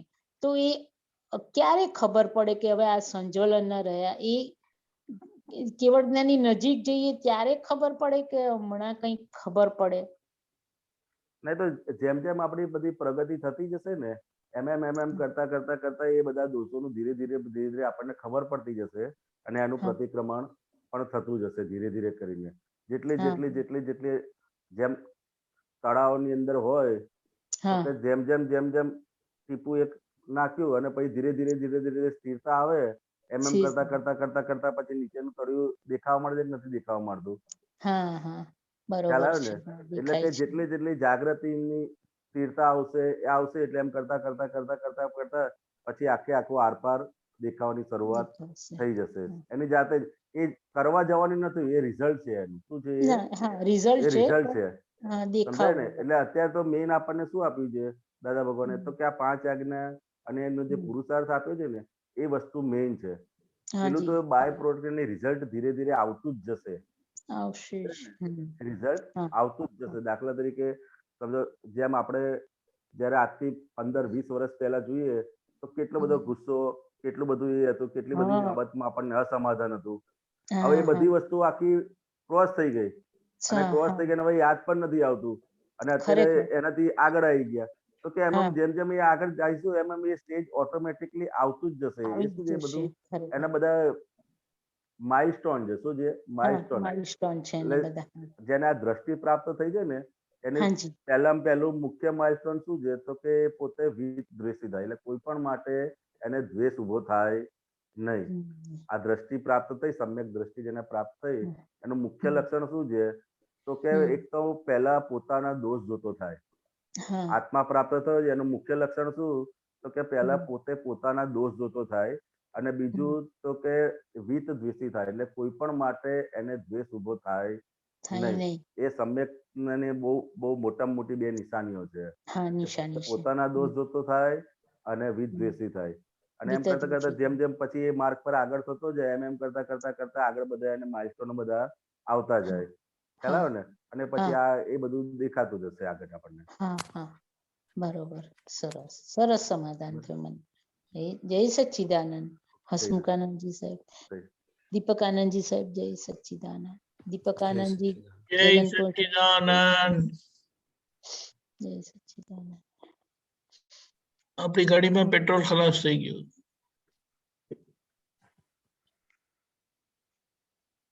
જય સચ્ચિદાનંદ. વૈશાલીબેન બોલો.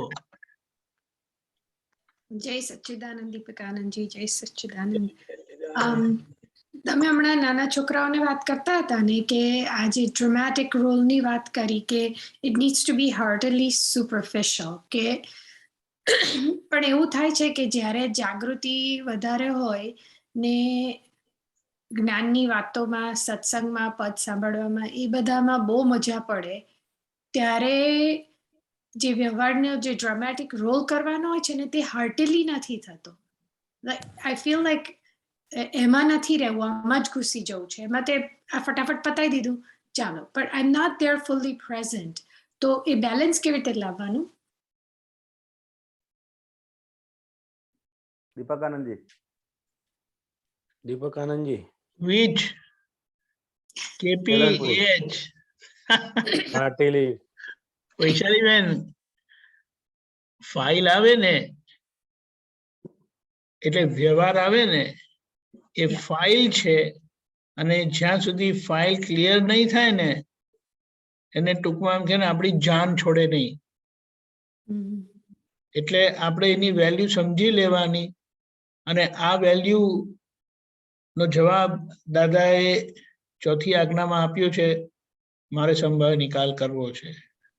હવે સંભાવ્ય નિકાલમાં આ વાત હિડન મૂકી દીધી છે, હાર્ટલી સુપરફ્લુઅસ.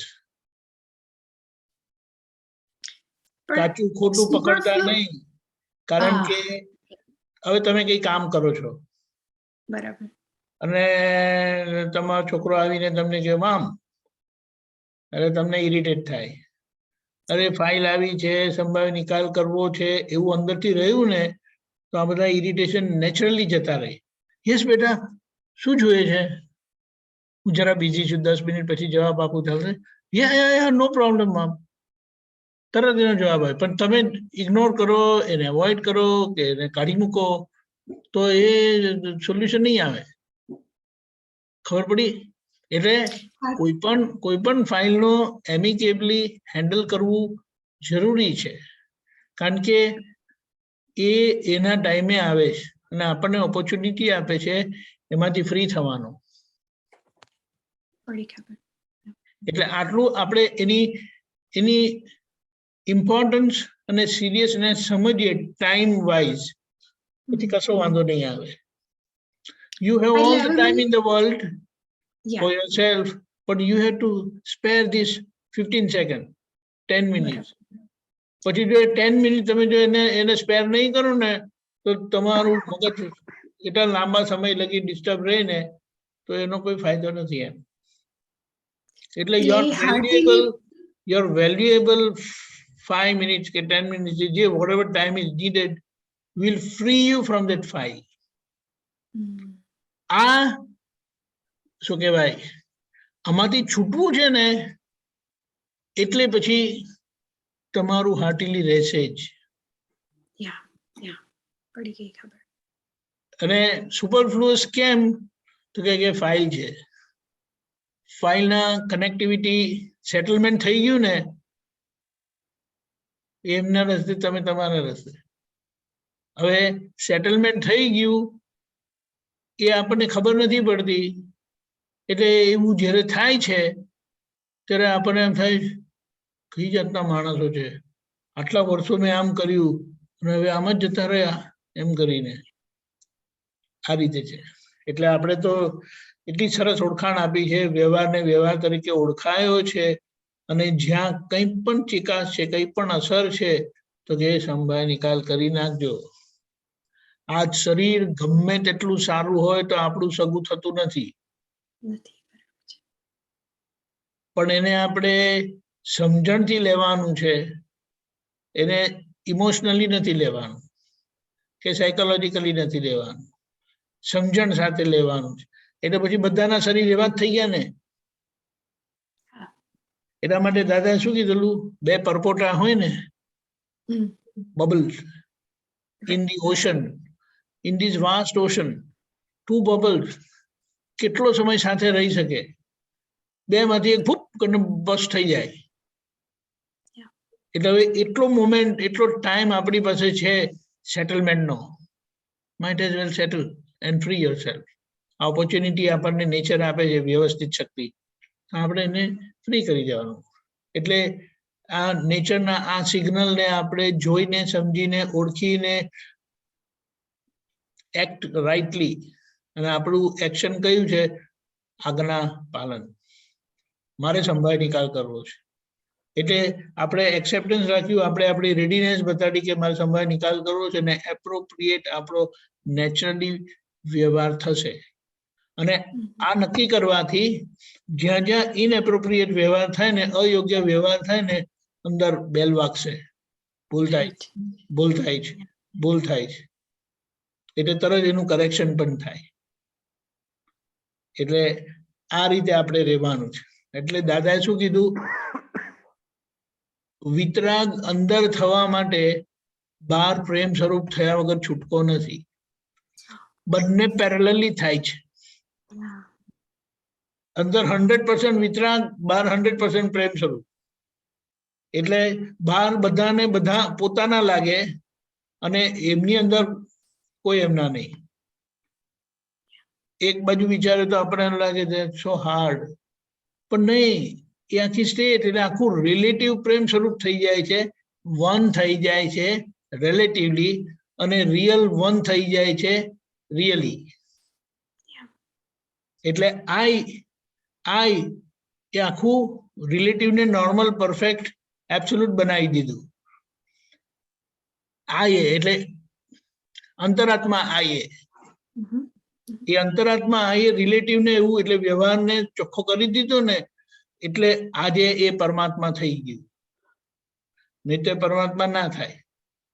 બહાર કંઈ પણ બાકી હોય, વ્યવહારમાં કચાશ હોય, તો એ કમ્પ્લીટ નથી કહેવાતો, એ નોર્મલ નથી કહેવાતો, એ એબ્સોલ્યુટ નથી કહેવાતો. એટલે ત્યાં સુધી એ નેચરમાં રિલીઝ ના થઈ શકે. આપણે જેમ આ લોકો ફેક્ટરી નાખે છે, તો એના જે શું કહેવાય, ડિસ્ચાર્જિંગ બધું મટીરિયલ હોય, તો એ ડિસ્ચાર્જિંગ મટીરિયલ એફ્લુઅન્ટ વાળું ના હોવું જોઈએ. એબ્સોલ્યુટલી એફ્લુઅન્ટ ફ્રી થાય ને, તો જ એ લોકો એને પેલું ગ્રાઉન્ડ વોટરમાં છોડી શકે. અને તો નહીં તો જો એ લોકો છોડે ને, તો એમના પર બહુ મોટો દંડ આવે, કારણ કે યુ આર સ્પોઇલિંગ ધ ઇકોસિસ્ટમ. એટલે ગવર્મેન્ટ કે શું કહેવાય, લેન્ડ લોઝ આપણને પકડે છે, અહીંયા કુદરતનો લો પકડે છે. ત્યાં સુધી છૂટાય નહીં, ત્યાં સુધી મોક્ષ ના થાય. એટલે એ ગોલના લીધે અહીંયા કમ્પલ્શન નહીં, હાર્ટીલી એક્સેપ્ટ કરે છે. રાઈટ. જય સચ્ચિદાનંદ. જય સચ્ચિદાનંદ. ઓકે, આપણો સમય થયો છે, તો આજે આપણે કંચનભાઈ, વન્ડરફુલ. જય સચ્ચિદાનંદ, અતુકાલજી, સ્વકાલજી. જય સચ્ચિદાનંદ. આ એક સૂત્રજ્ય સ્વરૂપ વિજ્ઞાન શ્રેણી 2 માં 7432 નંબરનું પેજ નંબર 217 દાદા ભગવાન અહીંયા એમ કે છે કે અમે વ્યવહારમાં સામે પ્રવાહે જતા સામે પણ તે સામે પ્રવાહે જતા ફ્લો પ્રવાહ પ્રવાહે હતા. ઓકે. પણ તે ભયંકર નુકસાન કરતા છે તે સમજાયું કે સામે જ પ્રવાહે જવું તે ભયંકર ગુનો છે. તો આના વિશે થોડું સમજવું. સામા વ્યવહારમાં સામા પ્રવાહે જવું કોને કહેવાય?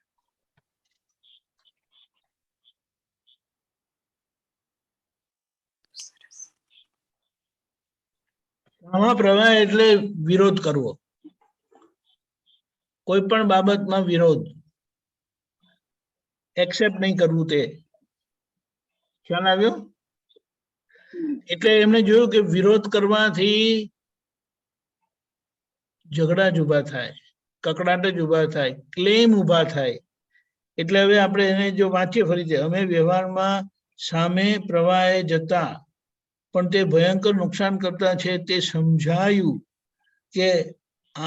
કે સામે પ્રવાહે જવું તે ભયંકર ગુનો છે. ગુનો શાનો ગુનો?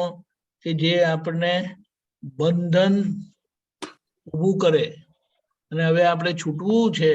એટલે એમનું જે વાક્ય છે ને જબરજસ્ત, વાદ સામે વિવાદ, ત્યાં ધર્મ નથી, ત્યાં વ્યવહાર પણ નથી. વાદ સામે વિવાદ. વાદ એટલે બોલવું. હવે એ બોલવું કેવું? તો કે પૂછ્યા વગરે બોલવું નહીં, પણ છતાં એ વાત નીકળી જાય. સામા આપણને બોલે છે ને, તો ત્યાં આપણે તરત આપણું એક્સેપ્ટન્સ જ હોય, પણ ત્યાં આપણો વિવાદ થાય. સામા પડ્યા, સામા સામા સામા પ્રવાહે ગયા આપણે, તો પછી ધડાકો થાય કે નહીં? નલિનીબેન કશું કે, નલિનીબેન કશું કે ને તમારો વિરોધ આવે, વિવાદ થાય, તો પછી ધડાકો ના થાય? પણ મારો ઓપિનિયન તો આપવું ને. એટલે જ ઓપિનિયન આપવો એ બધો છૂટવાનો રસ્તો છે. છૂટવાના કામી શું કરે? છૂટવાના કામી શું કરે? સ્વીકારી લે, એક્સેપ્ટ કરી લે. વિચારો તમે, છૂટવું છે ને એ શું કરે? તમને દાખલો આપું. વાદ તો આવી જ ગયો. હવે વાદ એ ના આપણા તરફથી વાદ ના જવો જોઈએ. ખબર પડી? બરાબર છે, પણ મારો કહેવાનો મતલબ શું છે કે આપણને દેખાય કે આ ખોટા રસ્તે જઈ રહ્યા છે અથવા આ ખોટી છે, તો ત્યાં આપણે કશું બોલવાનું નહીં. અમે આપણે એમ નથી કહેતા બોલવાનું કે ના બોલવાનું, કારણ કે આપણે બોલનારા નથી. વાદ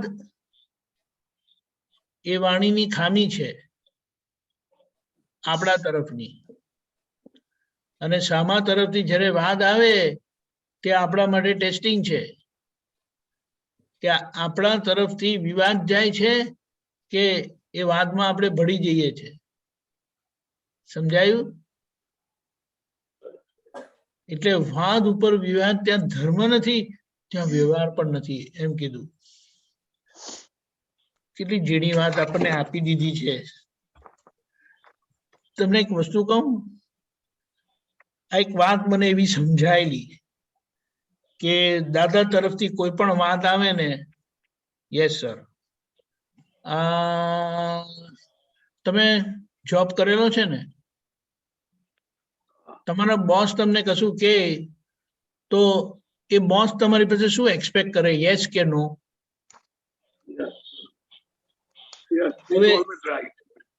હવે તમે એવી રીતે રહેતા હોય તો તમારા વ્યવહારમાં તમને કોઈ વાંધો આવે? બરાબર છે.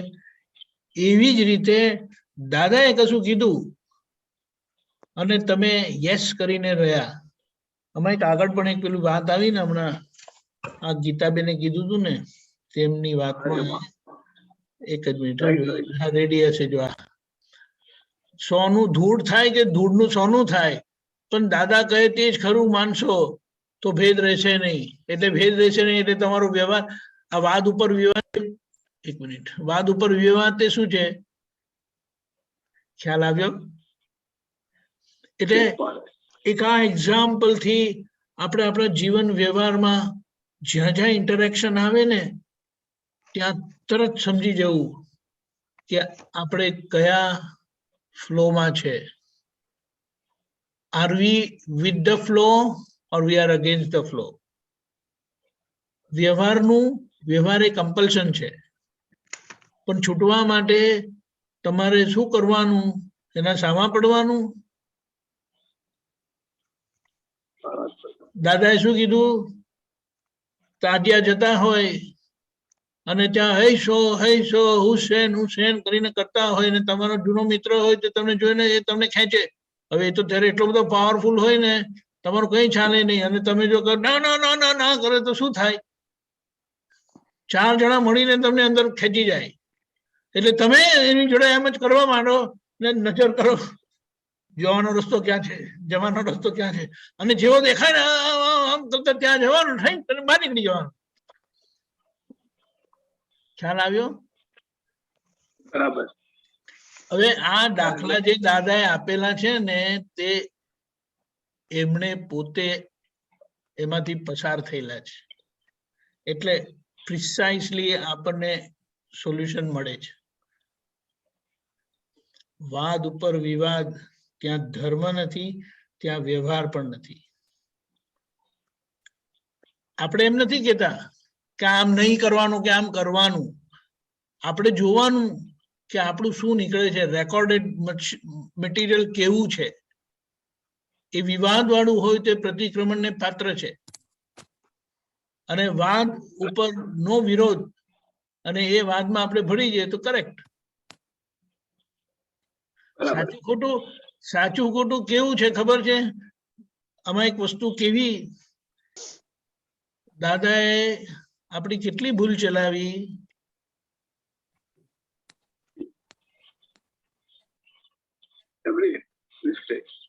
Every mistake.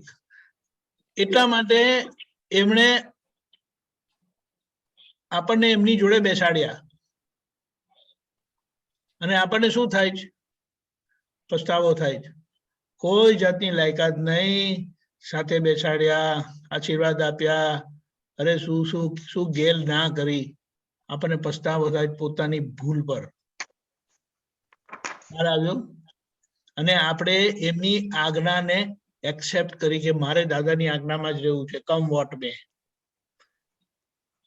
એમણે એ જો આપણી ભૂલ જોત તો આપણે પાસે બેસાડી નહીં શકત અને એ પાસે નહીં બેસાડત તો એમની આજ્ઞા મોક્ષ આપે એવી છે, કેવળ જ્ઞાન ખુલ્લી કરે એવી છે તો આપણે એને એક્સેપ્ટ કરત ના કરત. આ બહુ મોટી વાત છે. એટલે બધાનું મન જીતીને એમણે એ તો તપમાં જ રહ્યા છે. મન જીતીને તપમાં રહ્યા અને એમના કર્યા કારણ કે એ આપણા થયા. આપણા થઈને આપણા મન જીત્યું એટલે પછી એમણે જે કંઈ કીધું ને તે આપણે ફોલો જ કર્યું. દાદા તમે કહો એમ જ, બસ હવે બીજું કાંઈ નહીં. ખ્યાલ આવ્યો? એટલે નુકસાન કરતા શું છે? અને આમાં બીજી એક વાત ખાલી એડ કરવાની. દાદાએ કીધું કે સામે પ્રવાહ જઈને અમે બહુ માર ખાધો છે. એટલો બધો એ આડાઈમાં જાય. હું કહું તે સાચું, મારું માનેલું સાચું, મારું કીધેલું સાચું, કોઈનું સાંભળવું નહીં અને કોઈએ તો મને બિલકુલ કહેવું નહીં. આવું ટિપિકલી અહંકારીને નથી હોતું, રાઈટ? હવે એમાં એમણે આ રસ્તો ખોલી કાઢ્યો કે હવે બહુ આળા થયા હતા અને ખૂબ માર ખાધો. માર ખાઈ ખાઈને એમ કે અડધા થઈ ગયા. હવે કે હવે માર ખાઈએ જુદા, સામા થાય જુદા. એટલે કોઈ ગમે તેટલા ચેલેન્જ કરે ને,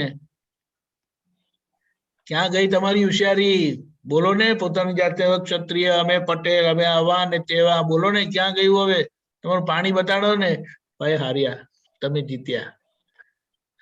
બહુ ચેલેન્જ લીધી ને ખાલી માર જ ખાધો. માનતા હતા કે મેં સામાને માર્યા, પણ આખરે માર જ ખાધો. કારણ કે કર્મની બેડી આવી. છૂટવાનો રસ્તો કે ને ભગવાન થવું હોય તો માર ખાઈને છૂટાશે. અને માર ખાઈને કેવો હતો કે સામે ચાલીને ખાધો તો કે વ્યવસ્થિત ની બહાર હતો કે વ્યવસ્થિત ની અંદર હતો? વ્યવસ્થિત ની બહાર કશું હોતું જ નથી. એટલા પ્રમાણ આપ્યા છે ને એમણે. આ વાત છે. ખ્યાલ આવી ગયો? જય સચ્ચિદાનંદ. ઓકે, 40 થઈ છે. શું કરવું છે? ઈચ્છા